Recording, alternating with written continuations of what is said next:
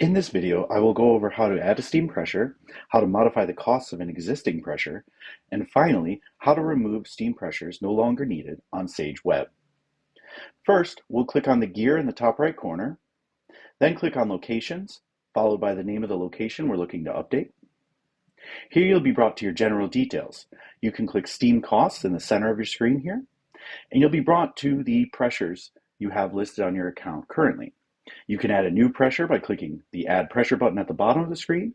You'll see a row appear at the top where you can add in the new pressure and give it a cost.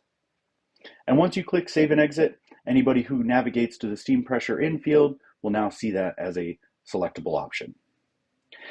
If you return to the Steam Cost screen, you can also update any cost of steam. So you can click on each individual row and update the cost as needed.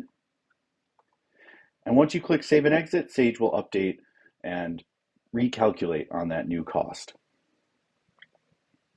If you have a steam pressure that is no longer needed, you first want to make sure that no steam trap is set to that pressure.